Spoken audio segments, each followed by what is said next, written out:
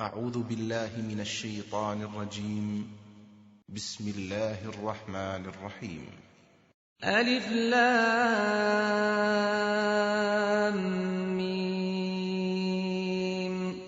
تنزيل الكتاب لا ريب فيه من رب العالمين. أم يقولون افتراه بل هو الحق من ربك لتنذر قوما ما أتاهم من نذير من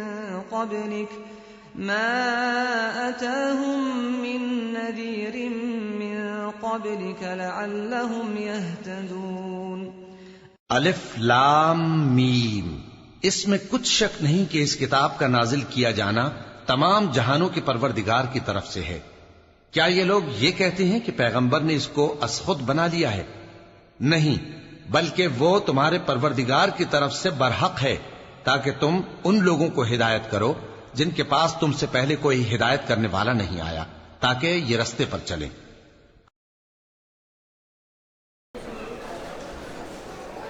الحمد للہ رب العالمین والعاقبۃ للمتقین والصلاة والسلام علی رسولہ الکریم. اما بعد، اعوذ باللہ من الشیطان الرجیم. بسم اللہ الرحمن الرحیم.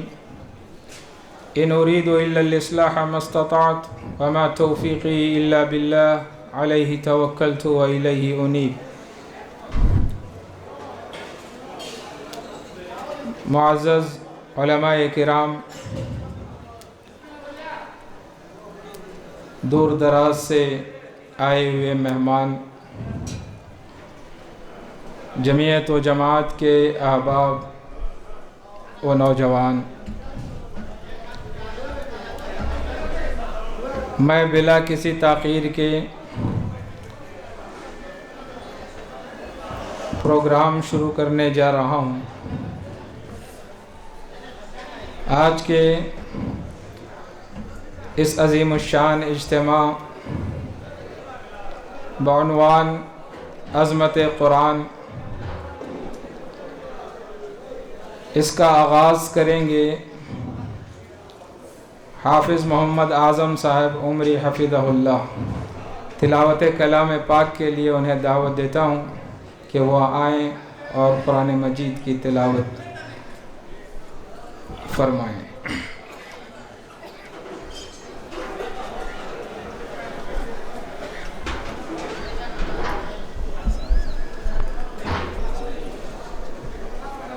السلام علیکم ورحمۃ اللہ وبرکاتہ.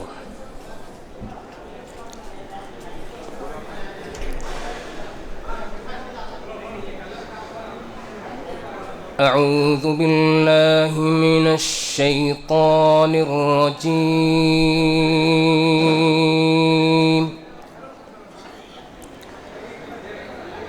بسم اللہ الرحمن الرحیم.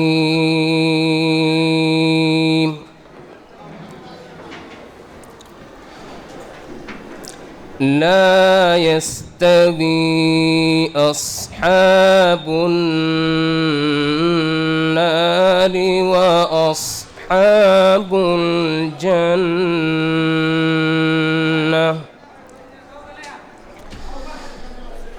أصحاب الجنة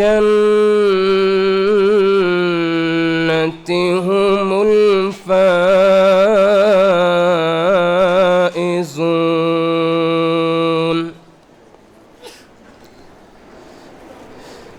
لو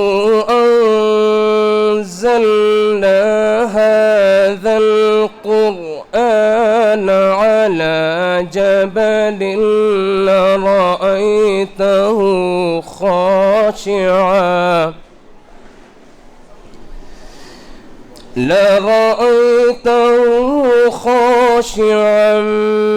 متصدقا من خشية الله.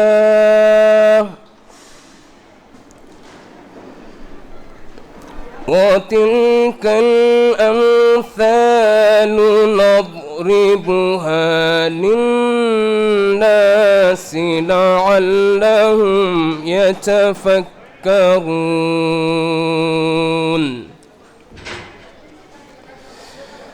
هو الله الذي لا إله إلا هو عالم الغيب والشهادة هو الرحمن الرحيم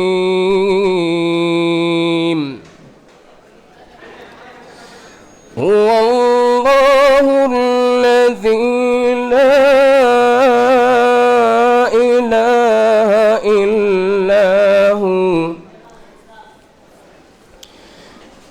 الملك القدوس السلام المؤمن المهيمن العزيز الجبار المتكبر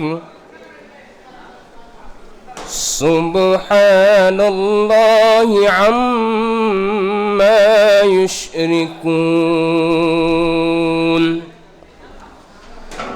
هو الله الخالق البارئ المصور له الأسماء الحسنى يسبح له ما في السماوات والأرض وهو العزيز الحكيم. السلام علیکم.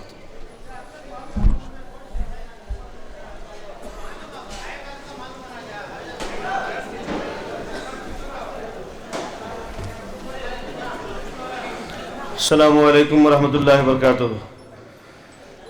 بڑی ہی اظہار مسرت و شادمانی کا موقع ہے کہ آج ہم آپ کولار کے اندر ایک روزہ عظیم الشان اجتماع عام بعنوان عظمت قرآن میں تشریف فرما ہے. اللہ رب العالمین کا کرم اور احسان یہ بھی ہے کہ جن حضرات علماء کرام کو آج خطاب کے لیے بدعو کیا گیا ہے، ماشاء اللہ تمام حضرات علماء کرام اپنی تمام تر مصروفیات کو بالائے طاق رکھ کر ہماری نحیف سی دعوت پر شرف قبولیت بخشا اور تشریف فرما ہے. انشاءاللہ العزیز آپ تمام حضرات کے روبرو حضرات علماء کرام اپنے مواعظ حسنہ پیش کریں گے. آپ تمام حضرات سے میری مؤدبانہ درخواست ہوگی، التماس ہوگا کہ نہایت مختصر وقت کا پروگرام ہے، جس حد تک ممکن ہو اطمینان اور سکون کا مظاہرہ کریں، انتشار کے ماحول سے محفوظ رہیں، ادھر ادھر گھومنے کی فضا نہ بنائیں، اور جتنا انہماک اور جتنی ہمہ جہتی کے ساتھ ہماتن گوش مصروف ہو کر کے آپ بیان سن سکتے ہیں سنیں. بس 10:30 بجے سے لے کر کے مغرب تک کا یہ پروگرام ہے، اور اس میں جتنے اہم ترین مضامین عناوین ہو سکتے ہیں ہم نے اس کا اہتمام کیا ہے آپ کے دینی اور دنیاوی اخروی فائدے کے غرض سے. لہٰذا آپ تمام حضرات سے گزارش ہے کہ سکون کا ماحول بنائیں.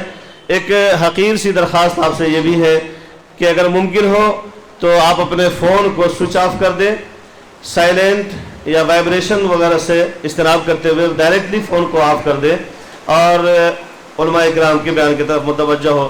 دوسری درخواست ہماری یہ ہے کہ جو ضلع کولار کے مساجد کے ائمہ حضرات یہاں تشریف فرما ہے، مساجد اور مدارس کے ائمہ کرام اور علماء کرام اگر تشریف فرما ہے، آپ قابل احترام ہیں، ہمارے بڑے محترم شخصیات ہیں.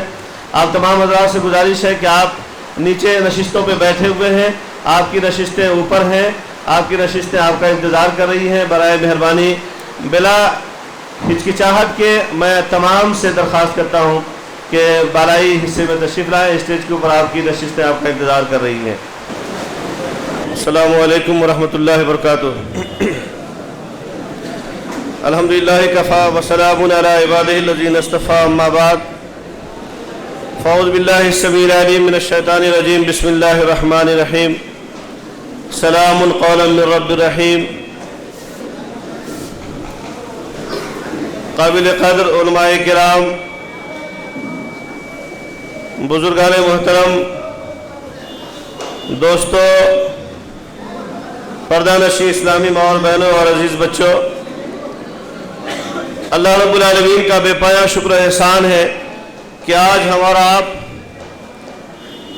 اس ضلع کولار کی مرکزی مقام پہ ایک عظیم الشان اجتماع کے انعقاد کی غرض سے یہاں تشریف فرما ہے، اکٹھا ہے۔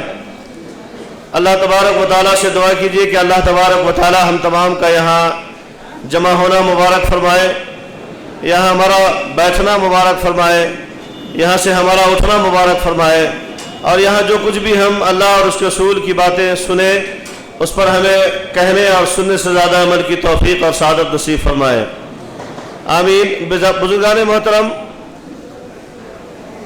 مجھے اس وقت آپ حضرات کے سامنے استقبالیہ کلمات پیش کرنے ہیں۔ حقیقت یہ ہے کہ بارش اللہ رب العالمین کی نعمتوں میں سے ایک عظیم نعمت ہے، اس کے تئیں مسلسل دعائیں ہوئی۔ اللہ تبارک و تعالی کب کس کی دعا سنے اور قبول کر لے اور اپنا جود و سخا عطا کرے، وقت آیا اللہ تبارک و تعالی نے دیا ہے۔ یہ الگ سی بات ہے کہ اس کی وجہ سے تھوڑا سا ہمارا پروگرام ڈسٹرب ہوا ہے، اس میں تھوڑا سا خلل پیدا ہوا ہے، جس کی وجہ سے میں اپنے کلمات کو نہایت مختصر انداز میں سمیٹتے ہوئے آپ کے سامنے فاضل مقررین کو پیش کروں گا۔ مجھے عرض یہ کرنا ہے کہ یہ ایک عظیم مشن ہے اور اس عظیم مشن پہ ہم لوگ رواں ہیں۔ یہ وہ مشن ہے جس کا آغاز آخر الزماں احمد مصطفیٰ محمد مصطفیٰ صلی اللہ علیہ وسلم نے غار حرا سے کیا تھا۔ یہ الگ سی بات ہے کہ ہم نے اس سبق کو بھلا دیا، ہم مختلف راستوں اور راہوں کے حوالے ہو گئے۔ اللہ سے دعا کیجئے کہ اللہ تبارک و تعالیٰ جس صراط مستقیم پہ ہمیں گامزن کیا ہے اس پہ تادم حیات اللہ تعالیٰ قائم رکھے، اس میں ہونے والی کوتاہیاں، نقص اور خرابیوں کو اللہ تعالیٰ ہمیں وقت سے پہلے دور کرنے کی توفیق اور سعادت نصیب فرمائے۔ بزرگان محترم، میں اس وقت آپ تمام حضرات کا پرتپاک خیر مقدم اور استقبال کرتا ہوں اور آپ کے خدمت میں یہ شعر عرض کرتا ہوں کہ کیا اے باد سوا، کیا تو نے سنا مہمان جو آنے والے ہیں، کلیاں نہ بچھانا راہوں میں ہم آنکھ بچھانے والے ہیں۔ دوستو، یہاں جتنے حضرات ہمارے سامنے تشریف فرما ہیں، بڑے ہیں، بزرگ ہیں، چھوٹے ہیں، جوان ہیں، بچے ہیں، عورتیں ہیں، خواتین ہیں، میں سب کا ضلع جمعیت اہل حدیث ضلع کولار کے امیر محترم علی جناب عبدالجلیل صاحب، ضلع جمعیت اہل حدیث کے ناظم عمومی علی جناب عطا اللہ صاحب اور دیگر تمام نائبین اراکین کی جانب سے میں آپ تمام کا دل کی گہرائیوں سے، قلب کی پنہائیوں سے استقبال کرتا ہوں، اور آپ تمام حضرات سے میری گزارش ہوگی، التماس ہوگی، جو میں نے پہلے بھی آپ سے گزارش کیا تھا کہ بہت مختصر وقت ہے، بالکل معمولی قسم کا پروگرام رکھا گیا ہے، اس میں آپ حضرات ہر قسم کے انتشار سے اجتناب اور پرہیز کریں، ماحول بنائیں۔ تھوڑا سا خلل پیدا ہوا ہے، انشاءاللہ العزیز جیسے ہی علماء کرام آپ کے سامنے تشریف لائیں گے، آپ کے قلوب اور ذہن کے حساب سے آپ کے سامنے مواعظ حسنہ پیش کریں گے، انشاءاللہ وہ خلل دور ہو جائے گا، آپ کی پریشانیاں ختم ہو جائیں گی۔ میں آپ تمام حضرات سے گزارش کرتا ہوں کہ جنہیں جہاں نشستیں ملے وہاں سکون اور اطمینان کے ساتھ بیٹھیں، افراتفری کا ماحول نہ بنائیں۔ انشاءاللہ العزیز آپ کے سامنے علماء کرام تشریف لائیں گے۔ میں آپ کو نہایت اظہار مسرت و شادمانی کے ساتھ اس بات کی اطلاع دے دوں کہ ہم حامل قرآن ہیں، ہم عامل قرآن ہیں، اور قرآن ہمارا سب کچھ ہے۔ آخر الزماں صلی اللہ علیہ وسلم نے ارشاد فرمایا تھا، ترکت فیکم امرین لن تضلوا ما تمسکتم بہما کتاب اللہ و سنتی، کہ میں جا تو رہا ہوں، دنیا سے رخصت ہو رہا ہوں، لیکن تمہیں بے راہ روی کا شکار ہونے کے لیے یہیں چھوڑ کے نہیں جا رہا ہوں، بلکہ تمہارے درمیان دو عظیم نسخہ کیمیا پیش کیے جا رہا ہوں، دو عظیم نسخہ کیمیا تمہارے حوالے کیے جا رہا ہوں۔ جب تک ان دونوں چیزوں کو مضبوطی سے تھامے رہو گے، انشاءاللہ العزیز آخر الزمان صلی اللہ علیہ وسلم نے ارشاد فرمایا تھا، لن تضلوا، گمراہ ہونا تو دور کی بات، گمراہ کے قریب جانا تو دور کی بات، آخر الزمان صلی اللہ علیہ وسلم نے ارشاد فرمایا کہ کبھی ہرگز گمراہ نہیں ہوگے۔ علماء کرام کی مجلس ہے، لن کا استعمال عربی قاعدے میں اور گرامر میں کس مقام پہ کیا جاتا ہے اچھی طرح سے جانتے ہیں، اس لفظ کا انہوں نے استعمال کیا تھا۔ اسی مناسبت سے مجھے عرض کرنا یہ ہے کہ اس نسخہ کیمیا میں سے ایک نسخہ کیمیا قرآن مقدس جو رسول اکرم صلی اللہ علیہ وسلم کے ذات اقدس پر مسلسل 23 سالہ مدت میں نازل ہوا تھا، اسی قرآن مقدس کے حقوق کے عنوان پہ آپ کے سامنے نہایت ہی عمدہ قسم کے خطاب کرنے والے فاضل مقرر آپ کے لیے وہ محتاج تعارف نہیں ہے۔ ماشاءاللہ اللہ رب العالمین کا کرم اور اس کی مہربانی ہے، ضلع جمعیت اہل حدیث ضلع کولار کے ذمہ داروں کے خلوص اور محبت ہے کہ یہ علماء کرام ماضی میں بھی ہماری دعوتوں پہ تشریف لایا کیے ہیں، آج بھی ہماری دعوت پہ تشریف لائے ہیں، اور آپ کے ہر دل عزیز مقرر انشاءاللہ العزیز اس قرآن مقدس کے حقوق کے تعلق سے پیش کریں گے۔ آپ کا نام نامی اسم گرامی فضیلت الشیخ اعجاز احمد ندوی حفظہ اللہ ہے۔ آپ مرکزی مسجد اہل حدیث بڑی چار مینار کے امام و خطیب بھی ہیں، اور مسلسل صوبائی جمعیت اہل حدیث کرناٹک و گوا کے جہاں کہیں بھی پروگرام، جہاں کہیں بھی اجتماعات منعقد ہوتے ہیں آپ وہاں تشریف لے جاتے ہیں، اپنے مواعظ حسنہ سے وہاں کے لوگوں کو مستفیض کرتے ہیں۔ انشاءاللہ العزیز اسی امید کے ساتھ آج یہاں بھی تشریف لائے ہیں۔ انشاءاللہ آپ کی قرآن کے حقوق کے تئیں جو بھی تشنگی پائی جاتی ہے اسے بجھانے کی ہر ممکن کوشش کریں گے۔ میں محترم سے درخواست کرتا ہوں کہ تشریف لائیں اور اپنے مضمون قرآن کے حقوق کی وضاحت فرمائیں۔ السلام علیکم ورحمۃ اللہ وبرکاتہ۔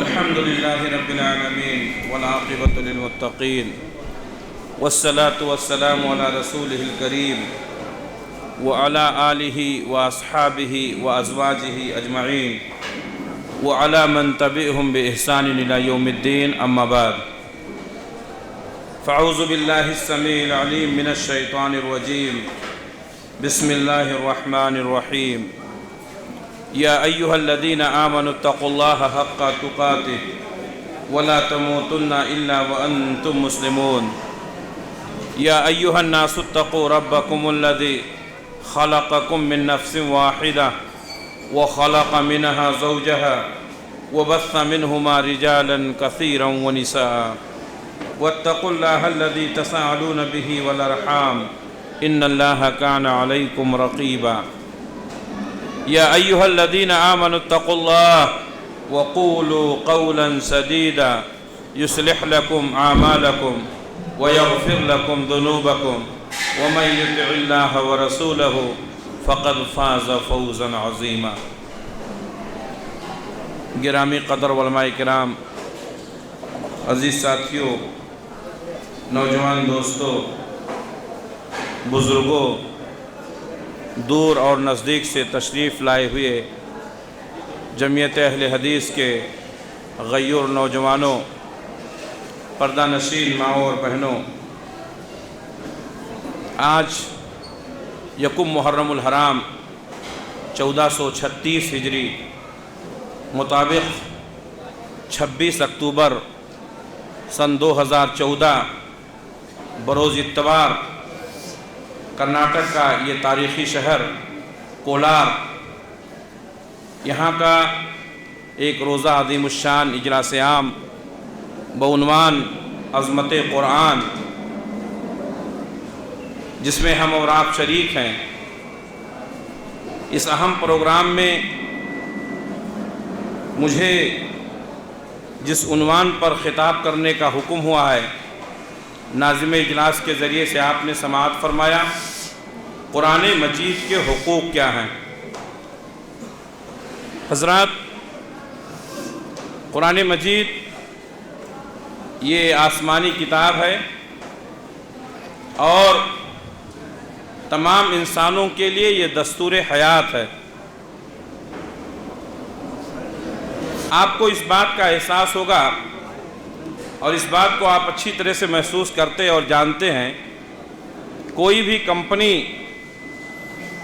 جب کوئی پروجیکٹ تیار کرتی ہے تو اس کے لیے ایک گائیڈ بک دیتی ہے تاکہ وہ سامان، وہ پروجیکٹ جو آپ نے خریدا ہے، اس میں کسی طرح کا کوئی خلل ہو، کسی طرح کی کوئی پریشانی ہو تو آپ گائیڈ بک کے ذریعے سے اس پریشانی کو دور کر سکتے ہیں۔ تو تمام انسانوں کے لیے قرآن مجید ایک گائیڈ بک ہے جو انسان کی زندگی کے تمام گوشوں پر مکمل روشنی ڈالتا ہے۔ قرآن مجید یہ آسمانی کتابوں میں سے سب سے اہم کتاب ہے۔ اللہ رب العالمین نے اسے انسانیت کی فلاح و بہبودی کے لیے اللہ کے نبی صلی اللہ علیہ وسلم پر نازل فرمایا، اور 23 سالہ مدت کے اندر یہ قرآن مجید مکمل ہوا، جو مکمل 30 پاروں پر مشتمل۔ اس کے کیا حقوق ہیں؟ مختصر وقت میں قرآن مجید کے پورے حقوق تو نہیں بیان ہو سکتے ہیں، لیکن اللہ رب العالمین نے جو بھی توفیق دی اپنے مقررہ وقت میں کچھ حقوق بیان کرنے کی کوشش کروں گا، اس امید کے ساتھ کہ اللہ رب العالمین ہمیں ان حقوق کو کما حقہ ادا کرنے کی توفیق عنایت فرمائے۔ حضرات، قرآن مجید کا پہلا حق یہ ہے کہ قرآن مجید پر ایمان لایا جائے۔ اللہ تبارک و تعالیٰ نے قرآن مجید میں سورہ بقرہ کی آخری 2 آیتیں جو ہیں اس میں فرمایا آمن الرسول بما انزل الیہ من ربہ والمؤمنون، رسول اس کتاب پر ایمان لائے جو ان کی رب کی طرف سے نازل ہوا تھا، والمؤمنون، اور کتاب پر مومن لوگ بھی ایمان لائے۔ صحیح مسلم کی حدیث ہے، اللہ کے نبی صلی اللہ علیہ وسلم نے فرمایا الایمان ان تؤمن باللہ وملائکتہ وکتبہ ورسلہ وبالقدر خیرہ وشرہ۔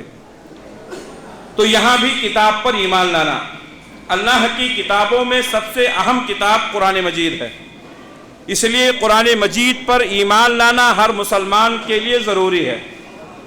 ایمان کا مطلب یہ ہے، بہت سارے لوگ سمجھتے ہیں کہ ہم نے قرآن کو سمجھا، ہم نے قرآن کو مانا، ہم قرآن پڑھتے ہیں، یہی قرآن پر ایمان لانے کا مطلب ہے۔ نہیں، قرآن پر ایمان لانے کا مطلب یہ ہے کہ ہم دل سے اس بات کو تسلیم کریں کہ یہ قرآن اللہ کی طرف سے نازل ہوا ہے، اس کی تمام آیتیں، اس کے تمام احکامات، اس کے تمام واقعات، اس میں جو کچھ بھی بیان کیا گیا ہے یہ من جانب اللہ ہے، اور قرآن مجید کے کسی آیت، کسی حکم، کسی واقعے کے تعلق سے ہمارے دل میں شک و شبہ نہیں ہونا چاہیے۔ اگر قرآن مجید کی کسی آیت کے تعلق سے، کسی صورت کے تعلق سے، کسی حکم کے تعلق سے، کسی واقعے کے تعلق سے ہمارے دل میں کوئی شک و شبہ پیدا ہوا تو ہم سچے پکے مومن نہیں ہو سکتے۔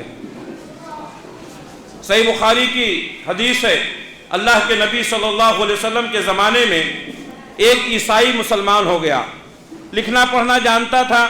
اللہ کے نبی صلی اللہ علیہ وسلم نے اس کو اپنا کاتب بنا لیا، یعنی قرآن مجید کی جو آیتیں اترتی تھیں وہ لکھنے لگا، اللہ کی جانب سے جو وحی ہوتی تھی اس کو اللہ کے نبی صلی اللہ علیہ وسلم نے لکھنے پر مامور کر دیا۔ کچھ دنوں کے بعد وہ شخص مرتد ہو گیا، پھر اپنے پرانے مذہب عیسائیت میں چلا گیا۔ جب وہ مر گیا، عیسائیوں نے اس کو لے جا کر کے عیسائیوں کے قبرستان میں دفن کر دیا۔ دوسرے دن صبح دیکھتے ہیں کہ اس کی لاش قبر سے باہر پڑی ہوئی ہے۔ عیسائیوں نے سوچا کہ یہ شخص مسلمان ہو گیا تھا، مسلمان ہونے کے بعد پھر عیسائی ہو گیا، شاید یہ حرکت مسلمانوں نے کی ہوگی، اس لیے عیسائیوں نے دوسرے دن پھر قبر کھودا، پھر اس قبر میں اس عیسائی کو دفن کیا گیا، لیکن دوسرے دن صبح پھر دیکھتے ہیں کہ اس کی لاش قبر سے باہر پڑی ہوئی ہے۔ عیسائیوں نے سوچا مسلمانوں نے یہ حرکت کی ہوگی کیونکہ یہ شخص مسلمان ہونے کے بعد پھر عیسائی ہو گیا۔ چنانچہ تیسرے دن انہوں نے ایک گہری قبر کھودی۔ حدیث کے الفاظ ہیں اتنا گہری قبر کھودے جتنا گہری قبر وہ کھود سکتے تھے۔ تیسرے دن گہری قبر کھودنے کے باوجود بھی اللہ نے اس کی لاش کو پھر باہر نکال کر پھینک دیا۔ پھر صبح کو عیسائی لوگ دیکھتے ہیں کہ اس کی لاش باہر پڑی ہوئی ہے۔ اب عیسائیوں کو یقین ہو گیا کہ یہ مسلمانوں کی حرکت نہیں ہے، بلکہ یہ شخص جو اسلام قبول کرنے کے بعد مرتد ہو گیا تھا، اسی کی سزا ہے کہ اس کو قبر سے نکال کر باہر پھینک دیا گیا۔ اس کی برائی کیا تھی؟ اس کا گناہ کیا تھا؟ یہ مسلمان ہونے کے بعد پھر مرتد ہو گیا تھا، اور قرآن مجید کے تعلق سے یہ لوگوں سے یہ کہتا تھا کہ یہ قرآن کوئی اللہ کا کلام نہیں ہے اور محمد یہ اللہ کے نبی نہیں ہیں، ان کو تو کچھ نہیں آتا ہے، جو میں لکھ کر دے دیتا ہوں وہی لوگوں کو سنا دیتے ہیں۔ قرآن مجید کے بارے میں شک کرنا انسان کو ایمان سے خارج کر دیتا ہے۔ میرے بھائیوں، تو قرآن مجید کا پہلا حق یہ ہے کہ اس کے اوپر ایمان لایا جائے، اس کو دل و جان سے تسلیم کیا جائے، اس کے تعلق سے اپنے دل میں کوئی شک و شبہ نہ رکھا جائے۔ اگر کوئی قرآن مجید کے تعلق سے اپنے دل میں شک و شبہ رکھتا ہے تو اس کا ایمان مکمل نہیں ہے۔ یہی وجہ ہے کہ قرآن مجید جب آپ کھولیں گے، قرآن مجید کے شروع میں اللہ رب العالمین نے یہ بات بتائی، الف لام میم ذالک الکتاب لا ریب فیہ۔ الف لام میم یہ ایسی کتاب ہے جس میں کوئی شک نہیں ہے۔ پہلے اپنا دل صاف ہونا چاہیے، ذہن و دماغ صاف ہونا چاہیے، ہمارے دل میں یہ بات ہونی چاہیے کہ جب ہم جس کتاب کی تلاوت کرنے جا رہے ہیں یہ منزل من اللہ ہے، اس میں کوئی شک نہیں۔ اگر ہمارا دل صاف ہو گیا، ہمارا ذہن صاف ہو گیا، قرآن کے احکامات کے تعلق سے ہمارے ذہن و دماغ میں یہ بات آ گئی کہ یہ منزل من اللہ ہے، تو اللہ تبارک و تعالی قرآن مجید کو ہمارے لیے باعث رحمت بنائیں گے، باعث ہدایت بنائیں گے، باعث شفا بنائیں گے۔ تو سب سے پہلا حق یہ ہے کہ قرآن مجید کے تعلق سے ہمارا ایمان صحیح اور درست ہونا چاہیے۔ اسی طریقے سے قرآن مجید کا دوسرا حق یہ ہے کہ قرآن مجید کی تلاوت کا اہتمام کیا جائے۔ آج بہت سارے لوگ قرآن مجید کو مانتے ہیں لیکن اس کی تلاوت کا اہتمام نہیں کرتے۔ ہم میں سے کتنے لوگ ایسے ہیں قرآن مجید کو چھوڑ کر کے دوسری کتابیں پڑھتے ہیں، بہت ہی دلچسپی کے ساتھ پڑھتے ہیں، منبر و محراب سے بھی دوسرے کتابوں کی تعلیم دی جاتی ہے، لیکن اللہ رب العالمین کی یہ کتاب جس کے بارے میں امام کائنات صلی اللہ علیہ وسلم نے فرمایا اقرؤوا القرآن فإنہ یاتی یوم القیامت شفیعا لأصحابہ، صحیح مسلم کی حدیث ہے، اللہ کے نبی صلی اللہ علیہ وسلم فرماتے ہیں لوگوں قرآن کی تلاوت کیا کرو، اس لیے کہ قرآن قیامت کے دن قرآن پڑھنے والے کی شفاعت کرے گا۔ اللہ کے نبی صلی اللہ علیہ وسلم نے ایک اور حدیث میں فرمایا کہ قرآن اور روزہ یہ دونوں قیامت کے دن اللہ رب العالمین سے سفارش کریں گے اور اللہ رب العالمین ان دونوں کی سفارش کو قبول فرمائے گا۔ روزہ کہے گا کہ اے اللہ میں نے تیرے اس بندے کو دن میں کھانے پینے سے روک دیا تھا، تو اس کے حق میں میری شفاعت کو قبول فرما، اللہ رب العالمین اس کی شفاعت کو قبول فرمائیں گے۔ قرآن مجید کہے گا کہ اے اللہ تیرا یہ بندہ جس کو میں نے رات میں سونے سے روک دیا تھا، یہ رات میں قرآن مجید کی تلاوت کیا کرتا تھا، اے اللہ تو اس کے حق میں میری شفاعت کو قبول فرما، تو اللہ رب العالمین اس کی شفاعت کو قبول فرمائے گا۔ تو قرآن مجید کا دوسرا حق یہ ہے کہ ہم اس کی تلاوت کریں۔ اللہ رب العالمین نے فرمایا اتلو ما اوحی الیک من الکتاب، تمہارے اوپر جو کتاب نازل کی گئی ہے اس کتاب کی تلاوت کریں۔ صحابہ کرام قرآن مجید کی تلاوت کا اہتمام کرتے تھے، اللہ کے نبی صلی اللہ علیہ وسلم قرآن مجید کی تلاوت کا اہتمام کرتے تھے، اور امام کائنات صلی اللہ علیہ وسلم نے فرمایا کہ وہ انسان جس کے دل میں قرآن ہے، جس کے سینے میں قرآن ہے، اس کی مثال زندہ کی ہے، اور وہ شخص جو قرآن نہیں پڑھتا ہے، جس کے سینے میں قرآن کی کوئی آیت نہیں ہے، اس کی مثال مردے کی ہے۔ اس لیے میرے بھائیوں قرآن مجید کی تلاوت کا اہتمام کیا جائے۔ اللہ رب العالمین نے اس میں بڑی برکتیں رکھی ہیں۔ اللہ کے نبی صلی اللہ علیہ وسلم فرماتے ہیں جو شخص قرآن مجید کی ایک حرف پڑھتا ہے اس کو 10 نیکی ملتی ہے۔ پھر اللہ کے نبی نے فرمایا میں یہ نہیں کہتا ہوں کہ الف لام میم ایک ہی حرف ہے، بلکہ الف ایک حرف ہے، لام ایک حرف ہے، میم ایک حرف ہے۔ اگر کوئی الف لام میم پڑھتا ہے تو اس کو 30 نیکیاں ملتی ہیں۔ میرے بھائیوں تو قرآن مجید کا دوسرا حق ہے یہ ہے کہ اس کی تلاوت کا اہتمام کیا جائے۔ اس کی تلاوت کے بڑے فائدے ہیں۔ اللہ کے نبی صلی اللہ علیہ وسلم فرماتے ہیں کہ قبر میں جب اللہ رب العالمین کی طرف سے قبر میں اس کو اس کے حکم کے مطابق دفن کر دیا جاتا ہے اور عذاب اس کی طرف آتا ہے تو قرآن آ کر کے اس کو روک لیتا ہے، قرآن کی تلاوت کرنا اس کو روک لیتا ہے۔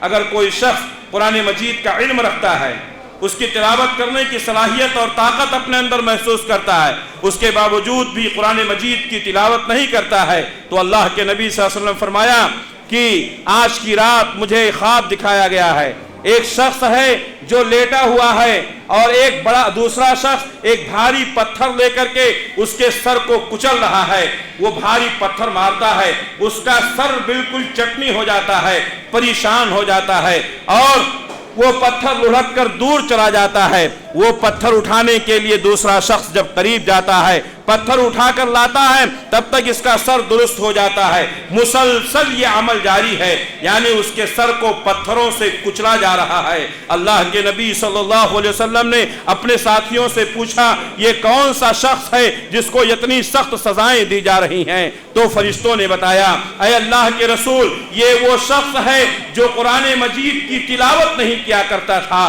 اور فرض نماز کو چھوڑ کر سویا رہتا تھا۔ تو قرآن مجید کی تلاوت نہ کرنا، علم رکھنے کے باوجود اللہ کے نبی صلی اللہ علیہ وسلم نے فرمایا کہ اس کا سر کچلا جا رہا تھا۔ اسی طریقے سے اگر کوئی قرآن مجید کی تلاوت کا اہتمام کرتا ہے، اللہ کے نبی صلی اللہ علیہ وسلم فرماتے ہیں مع السفرۃ الکرام بررہ، تو وہ مقرب فرشتوں کے ساتھ ہوگا، مقرب فرشتوں کے ساتھ ہوگا۔ لیکن اگر کوئی شخص قرآن پڑھنا نہیں جانتا ہے، اٹک اٹک کر پڑھتا ہے، پھر بھی قرآن پڑھتا ہے، کوشش کرتا ہے، تو اللہ کے نبی صلی اللہ علیہ وسلم فرماتے ہیں فَلَهُ اجران، اس کے لیے ڈبل اجر ہے، اس کے لیے ڈبل اجر ہے۔ پڑھنا نہیں جانتا ہے، مصیبت پریشانی ہوتی ہے، پھر بھی پڑھتا ہے تو اللہ رب العالمین اس کو ڈبل ثواب دیتے ہیں۔ تو میرے بھائیوں، قرآن مجید کا دوسرا حق یہ ہے کہ اس کی تلاوت کا اہتمام کیا جائے، ہم خود بھی تلاوت کریں، اپنے بچوں کو بھی تلاوت کرنے کا حکم دیں، اپنے گھر میں بہو بیٹیوں کو بھی تلاوت کرنے کا حکم دیں۔ اللہ تبارک و تعالیٰ قرآن کی آیتوں سے گھروں میں برکت نازل فرماتا ہے، دکانوں میں برکت نازل فرماتا ہے، انسان کی زندگیوں میں برکت ہوتی ہے۔ اللہ کے نبی صلی اللہ علیہ وسلم فرماتے ہیں اللہ کے گھروں میں سے کسی گھر میں جب چند افراد اکٹھا ہوتے ہیں، قرآن مجید کی تلاوت کرتے ہیں، تو اللہ رب العالمین کے حکم سے رحمت کے فرشتے ان کو گھیر لیتے ہیں، رحمت کے فرشتے ان کو گھیر لیتے ہیں، ان کے اوپر سکینت نازل ہوتی ہے، اور اللہ رب العالمین ان کا ذکر ایسی مجلس میں کرتا ہے جو لوگ آسمان میں ہیں، یعنی فرشتوں کے بیچ میں ان کا ذکر ہوتا ہے۔ تو قرآن مجید کا دوسرا حق یہ ہے کہ قرآن مجید کی تلاوت کا اہتمام کیا جائے۔ قرآن مجید کی تلاوت کے بہت سارے فائدے ہیں، جس میں بڑا فائدہ یہ ہے کہ انسان کے دل کو سکون ملتا ہے۔ اللہ رب العالمین نے فرمایا الا بذکر اللہ تطمئن القلوب، سنو اللہ کے ذکر سے دلوں کو اطمینان حاصل ہوتا ہے۔ آج انسان پریشانیوں میں ہے، آج انسان ٹینشن میں ہے، آج انسان ڈپریشن کا شکار ہے، آج انسان سکون کی تلاش میں ہے۔ میرے بھائیوں، قرآن مجید میں اللہ نے سکون رکھا ہے، قرآن مجید میں اللہ نے سکینت رکھا ہے۔ قرآن مجید کی تلاوت کا اہتمام کریں، دلوں میں سکون ہوگا، گھروں میں رحمت و برکت ہوگی، دکانوں میں رحمت و برکت ہوگی، اور اللہ تبارک و تعالیٰ اپنے فرشتوں کے پاس آپ کا ذکر کرے گا۔ قرآن مجید کی کچھ آیتیں ایسی ہیں جن کی خصوصیت کے ساتھ اللہ کے نبی صلی اللہ علیہ وسلم نے ذکر فرمائی ہے۔ ان تمام واقعات کو، ان تمام آیتوں کو اور صورتوں کو یہاں بیان نہیں کیا جا سکتا۔ اگر آپ کو یہ تمام واقعات پڑھنا ہے تو فضائل قرآن پڑھیے، آپ کو معلوم ہو جائے گا۔ تو قرآن مجید کا دوسرا حق یہ ہے کہ اس کی تلاوت کا اہتمام کیا جائے۔ قرآن مجید کا تیسرا حق یہ ہے کہ اس کے احکامات پر عمل کیا جائے۔ اللہ تعالیٰ نے جن کاموں کا حکم دیا ہے ان کاموں کو کیا جائے، اور جن کاموں سے روکا ہے اس سے رکا جائے۔ قرآن مجید پڑھنے کا مطلب کیا ہے؟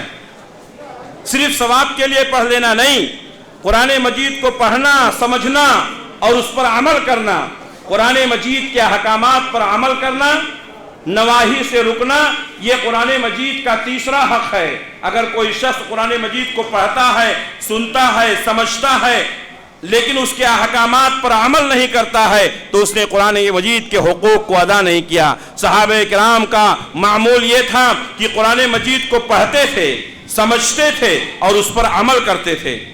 وہ صحابہ جن کے بارے میں آتا ہے کہ یہ جہالت کا دور تھا، اور مکہ کے وہ لوگ جن کے اوپر ان کی جہالت اور ان کے اجٹ پنے کی وجہ سے کوئی حکومت بھی نہیں کرنا چاہتا تھا، بکریوں کے چرانے والے، اونٹوں کے پیچھے چلنے والے، جب انہوں نے قرآن مجید کو سمجھا، ان کے احکامات پر عمل کیا، تو اللہ رب العالمین نے ان کو رفعت اور بلندی عطا کی، رفعت اور بلندی عطا کی، اور پوری دنیا کے اندر وہ چھا گئے۔ میرے بھائیوں، جو لوگ جاہل تھے، ان پڑھ تھے، دین سے دور تھے، بکریوں کے چرانے والے، اونٹوں کے چرانے والے، قرآن مجید کے احکامات پر عمل کرنے کی وجہ سے اللہ تعالیٰ نے ان کو خیر امت قرار دیا۔ کنتم خیر امت اخرجت للناس، تم بہترین امت ہو جس کو لوگوں کے لیے پیدا کیا گیا ہے۔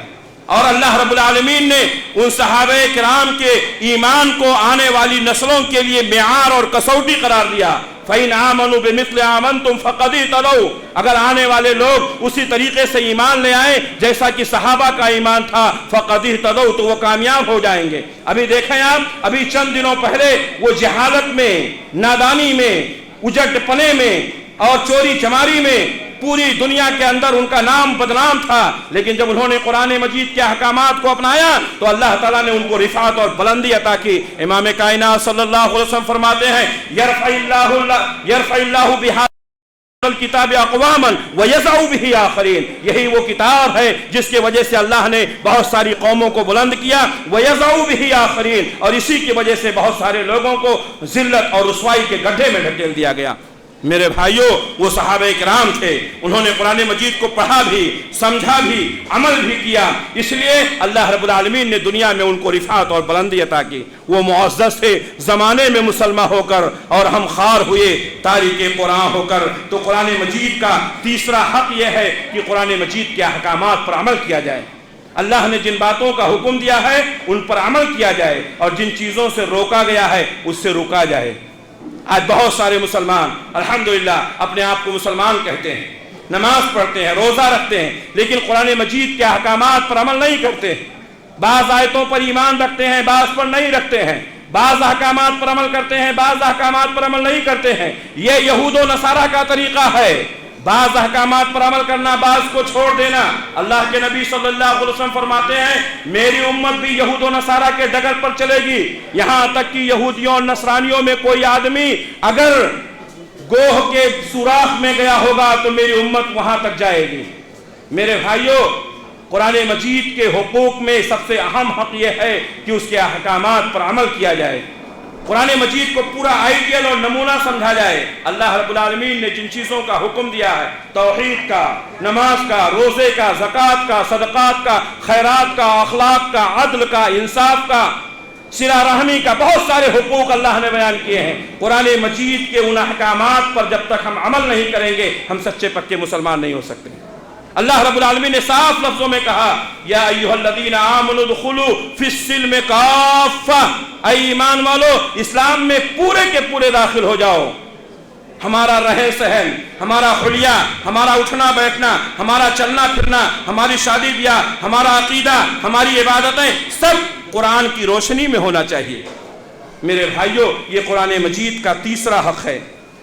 قرآن مجید کا چوتھا حق یہ ہے واقعات سے عبرت اور نصیحت حاصل کرنا۔ اللہ رب العالمین نے قرآن مجید میں بہت سارے واقعات بیان کیے ہیں، پرانے زمانے کے واقعات۔ یہ واقعہ بتانے کا مقصد کیا ہے؟ یہ قصہ بتانے کا مقصد کیا ہے؟ مقصد یہ ہے تاکہ ہم اس سے عبرت اور نصیحت حاصل کریں۔ بہت سارے واقعات اللہ نے بیان کی۔ ایک مثال میں دیتا ہوں، بنی اسرائیل کے اوپر اللہ نے بہت ساری نعمتیں نازل فرمائی تھی۔ ان کو اس زمانے کی سب سے بڑی امت قرار دیا گیا تھا، سب سے افضل امت قرار دیا گیا تھا۔ جب ان کو بھوک لگتی تھی تو آسمان سے اللہ تعالیٰ دسترخوان بھیجتا تھا۔ مقام تیہ میں ان کے لیے اللہ تبارک و تعالیٰ نے سائے کا انتظام کیا، بہت ساری نعمتیں ملی۔ 12 قبیلے تھے، اللہ تعالیٰ نے پانی پینے کے لیے 12 چشمے نکالے، کوئی قبیلہ کسی کے اوپر چڑھائی نہ کرے۔ یہ ساری نعمتیں اللہ تبارک و تعالیٰ نے ان کو دی تھیں، لیکن جب انہوں نے اللہ رب العالمین کی نعمتوں کی ناقدری کی، اللہ رب العالمین کے نعمتوں کو انہوں نے ٹھکرایا اور اللہ رب العالمین کے احکامات پر عمل نہیں کیا، تو اللہ تعالیٰ نے ان کی نعمتوں کو چھین لیا۔ اور دنیا کی سب سے بدترین قوم قرار دیا. وہی قوم جو سب سے اچھی تھی، وہی قوم جو سب سے افضل تھی، وہی قوم جو سب سے بہتر تھی، نافرمانیوں کی وجہ سے، بد کرداریوں کی وجہ سے، اللہ کے احکامات پر عمل نہ کرنے کی وجہ سے اللہ تعالیٰ نے سب سے بدترین قوم قرار دیا اور وہ لوگ سور اور بندر بنا دیے گئے. میرے بھائیوں، تو یہ احکامات، ان سے عبرت حاصل کرنا، واقعات سے عبرت و نصیحت حاصل کرنا کہ ہم بھی اگر اللہ کی نعمتوں کی ناقدری کریں گے، ہم بھی اگر اللہ کے احکامات پر عمل نہیں کریں گے، ہمارے اوپر بھی اللہ کا عذاب آ جائے گا. ہم سے اللہ تبارک و تعالیٰ اپنی نعمتوں کو چھین لے گا. اگر ہم یہ چاہتے ہیں کہ ہمیں دنیا کے اندر سرخروئی ملے، اللہ کی نعمتیں ہمیں ملتی رہیں، تو ہمیں اللہ کی نعمتوں کی قدر کرنی ہے اور قرآن مجید میں جو واقعات ہیں ان سے عبرت اور نصیحت حاصل کرنی ہے. اسی طریقے سے قرآن مجید کا 5واں حق یہ ہے کہ قرآن مجید سے شفا کی امید رکھی جائے. آج یہ مسئلہ بڑا اہم ہے. بہت سارے لوگ قرآن مجید کو صرف تبرک کے لیے پڑھتے ہیں، اس سے شفا کی امید نہیں رکھتے ہیں، جبکہ قرآن مجید میں اللہ تبارک و تعالیٰ نے متعدد مقامات پر اس بات کی وضاحت فرمائی ہے کہ قرآن مجید کو ہم نے شفا کے طور پر نازل فرمایا. قرآن مجید میں شفا ہے، بیماریوں سے شفا ہے. بہت سارے آفات و بلیات سے بچنے کے لیے قرآن مجید میں نسخے بیان کیے گئے ہیں. ان آیات کو اور ان صورتوں کو اگر ہم ذکر کریں گے میرے بھائیوں یہ وقت ناکافی ہو جائے گا. ہم اشارہ کرتے ہوئے اپنی باتیں آگے بڑھاتے ہیں کہ قرآن مجید سے شفا کی امید رکھی جائے. اللہ کے نبی صلی اللہ علیہ وسلم کے زمانے میں ایک شخص کو لایا گیا، اس کو رسیوں میں جکڑ کر لایا گیا تھا. اللہ کے نبی صلی اللہ علیہ وسلم نے صحابہ کرام سے فرمایا کہ اس کو جنون، اس کو پاگل پن کی بیماری ہے، اس کے سر پر سورہ فاتحہ پڑھ کر پھونکا جائے. 3 دنوں تک صحابہ کرام نے اس کے سر پر سورہ فاتحہ پڑھ کر پھونکا اور وہ شخص بالکل درست ہو گیا. اما عائشہ صدیقہ رضی اللہ تعالیٰ عنہ کہتی ہیں اللہ کے نبی صلی اللہ علیہ وسلم کے زندگی کے آخری ایام میرے حجرے میں گزرے. جب اللہ کے نبی صلی اللہ علیہ وسلم پر موت کی سختیاں تیز ہوتی تھیں، میں اللہ کے نبی صلی اللہ علیہ وسلم پر قل اعوذ برب الناس اور قل اعوذ برب الفلق پڑھ کر کے آپ کے اوپر دم کیا کرتی تھی اور آپ کے ہاتھ سے آپ کے اوپر مسح کیا کرتی. تو قرآن مجید آیتہ شفا ہے. قرآن مجید میں اللہ نے شفا رکھا ہے بیماریوں سے. قرآن مجید پڑھو گے گھروں میں برکت ہوگی، قرآن مجید پڑھو گے دکانوں میں برکت ہوگی، قرآن مجید سے عبرت و نصیحت حاصل کرو گے اللہ رب العالمین رفعت و بلندی عطا کرے گا. قرآن مجید پڑھو گے بیماریوں سے سکون ملے گا. آج انسان ڈپریشن کا شکار ہے، آج انسان مختلف بیماریوں میں پڑا ہوا ہے. میرے بھائیو الا بذکر اللہ تطمئن القلوب، اللہ کے ذکر سے دلوں کو اطمینان حاصل ہوتا ہے. قرآن آیت شفا ہے، قرآن نسخے کیمیا ہے. بہت سارے لوگوں نے اس آیت کا غلط مفہوم نکال کر کے قرآنی علاج کے نام پر اپنی دکانیں کھول لی. میرے بھائیو یہ مقصد علاج کا نہیں ہے، ہرگز علاج کا یہ مقصد نہیں ہے کہ قرآن مجید کے نام پر اور شفا کے نام پر لوگ اپنی دکانیں کھولیں.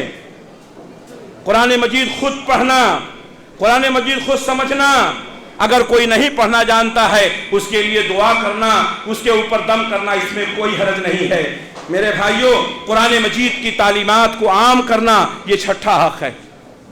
بلغ ما انزل الیک من ربک، اللہ رب العالمین نے نبی کو حکم دیا جو تمہارے اوپر اللہ کی طرف سے قرآن نازل ہوا ہے اس کو لوگوں تک پہنچاؤ، اس کی تبلیغ کرو. میرے بھائیوں قرآن کو ہم نے جزدانوں میں لپیٹ کر رکھ دیا، اس کی تعلیمات کو لوگوں تک نہیں پہنچایا. آج یہی وجہ ہے کہ اسلام کے تعلق سے لوگ شکوک و شبہات کا شکار ہیں. وہ قرآن جو پوری دنیا کے لیے ایک نسخے کیمیا بن کر کے آیا تھا، اس کی تعلیمات کو اگر ہم نے لوگوں کے سامنے بیان کیا ہوتا تو آج اغیار کو قرآن مجید کی آیتوں پر انگشت نمائی کی ہمت نہیں ہوتی. کمزوری ہماری ہے، ہم نے قرآن مجید کو برکت کے لیے اور صرف تبرک کے لیے سمجھا اور اس کو جزدانوں میں لپیٹ کر کے رکھ دیا. قرآن مجید کی تعلیمات کو عام کیا جائے. اسی طریقے سے میرے بھائیوں آخری بات، میرا وقت ختم ہو گیا، آخری بات بیان کر کے میں اپنی جگہ لے لیتا ہوں. تمام اختلافات کا حل قرآن مجید میں موجود ہے. آج امت فرقوں میں بٹ گئی ہے. اللہ کے نبی صلی اللہ علیہ وسلم نے فرمایا تھا کہ امت فرقوں میں بٹ جائے گی یہود و نصارہ کے طریقے سے. آج یہ امت، اللہ کے نبی نے فرمایا یہود 71 فرقوں میں، نصارہ 72 فرقوں میں، اور میری امت ان سے بھی آگے چلی جائے گی. آج ہر انسان اپنے اپنے اماموں کے نام پر ایک فرقہ بنا کے بیٹھا ہے. اللہ تبارک و تعالیٰ نے فرمایا کہ اختلافات سے بچنے کے لیے قرآن کو مضبوطی سے پکڑا جائے. وَاعْتَصِمُوا بِحَبْلِ اللَّهِ جَمِيعًا وَلَا تَفَرَّقُوا.